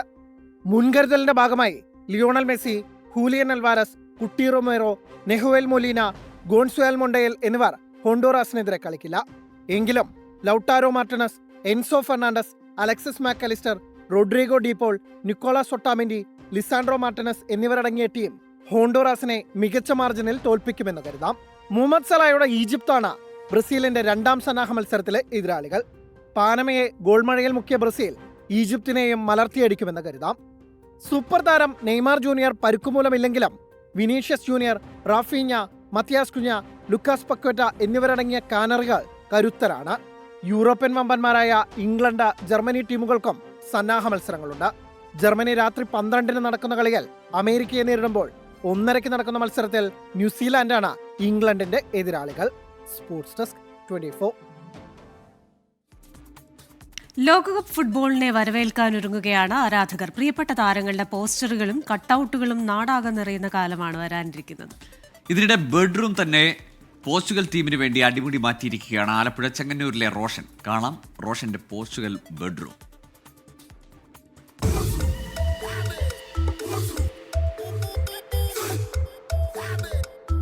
റയൽ മാഡ്രിഡ് ക്ലബിന്റെ ഹോം ഗ്രൗണ്ടായ സാന്റിയാഗോ ബെർണബ്യൂവിലേക്ക് സ്വാഗതം.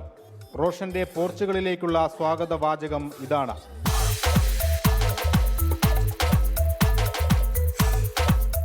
വാതിൽ തുറന്നാൽ പോർച്ചുഗൽ ക്ലബും ക്രിസ്ത്യാനോ റൊണാൾഡോയും. ബെഡ്ഷീറ്റിലും തലയണയിലും പോർച്ചുഗൽ പതാക. കളിക്കളം ഫ്ലോർ മാറ്റ്. നമ്മളൊരു 5-6 മാസത്തെ കഷ്ടപ്പാടാണ് ഇത് ചെയ്തത്, ഫുള്ള് റൊണാൾഡോ ടീമിൽ. കാരണം ലോകത്ത് ആദ്യമായിട്ടാണ് ഇങ്ങനെ ചെയ്യുന്നതാണ് എൻ്റെ ഒരു വിശ്വാസം. കാരണം ഞാൻ ഗൂഗിളിലും അതുപോലെ തന്നെ യൂട്യൂബിലെല്ലാം സെർച്ച് ചെയ്തായിരുന്നു ഇതിൻ്റെ ഐഡിയാസിന് വേണ്ടി. അപ്പോൾ അവിടെ എങ്ങും നമുക്ക് ഇങ്ങനെ ഒരു ഫുൾ റൊണാൾഡോ ടീമിൽ നമ്മൾ ഒരു റൂമും ഇതുവരെ കണ്ടിട്ടില്ല. എല്ലാം സ്റ്റിക്കർ അല്ലെങ്കിൽ കട്ടൗട്ടുകൾ അങ്ങനത്തെ മാത്രം ചെയ്തു വെച്ചേക്കുന്നതാണ് കണ്ടിട്ടുള്ളത്. അപ്പോൾ ഫുള്ളൊരു റൊണാൾഡോ അല്ലെങ്കിൽ പോർച്ചുഗൽ ടീമിലേക്ക് മാറ്റണമെന്ന് ഭയങ്കര ആഗ്രഹമായിരുന്നു കുറേ നാൾ തൊട്ട്. അപ്പോൾ റൂം റിനോവേറ്റ് ചെയ്തപ്പോൾ ഇങ്ങനെ തന്നെ നമ്മളങ്ങ് ചെയ്തു.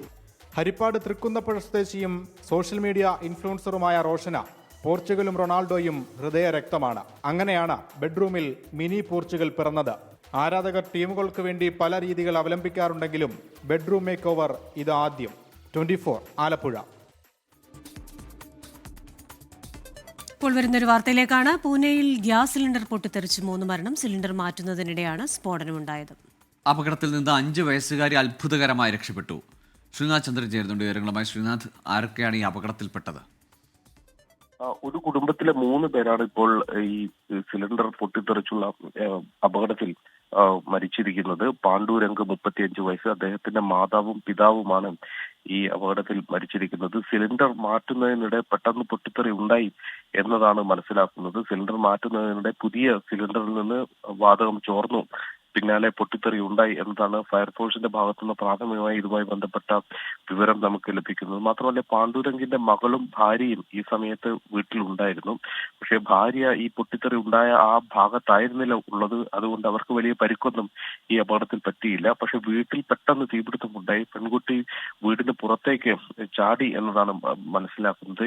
ഈ 5 വയസ്സുകാരി ചാടുന്ന സമയത്ത് നാട്ടുകാരും മറ്റുമൊക്കെ താഴെ ഉണ്ടായിരുന്നു. അവർ ചേർന്ന് ഈ പെൺകുട്ടിയെ പിടിച്ചു. അതുകൊണ്ട് പെൺകുട്ടി കാര്യമായ പരിക്ക് താഴേക്ക് ഉള്ള ചാട്ടത്തിൽ ഉണ്ടായില്ല എന്നതാണ് മനസ്സിലാക്കുന്നത്. അങ്ങനെ പുറത്തേക്ക് 1ാം നിലയിൽ നിന്ന് താഴേക്ക് എടുത്ത് ചാടിയാണ് ആ കുഞ്ഞ് ഈ അപകടത്തിൽ ജീവൻ രക്ഷിച്ചത് എന്നത് മനസ്സിലാക്കുന്നു. കുട്ടിയുടെ പിതാവും മുത്തശ്ശനും മുത്തശ്ശിയുമാണ് ഈ അപകടത്തിൽ മരിച്ചിട്ടുള്ളത്. വലിയ നാശനഷ്ടം ആ വീട്ടിൽ ഫ്ളാറ്റിൽ ഉണ്ടായിട്ടുണ്ട് എന്നതാണ് പ്രാഥമികമായ വിലയിരുത്തൽ. ക്രിസ്റ്റീന. ഓക്കെ, ശ്രീനാഥ് ചന്ദ്രനാണ് മുംബൈയിൽ നിന്ന് വിശദാംശങ്ങളുമായി ചേരുന്നത്. ന്യൂസ് ബ്രേക്സിന്റെ സമയം പൂർണ്ണമാവുകയാണ്.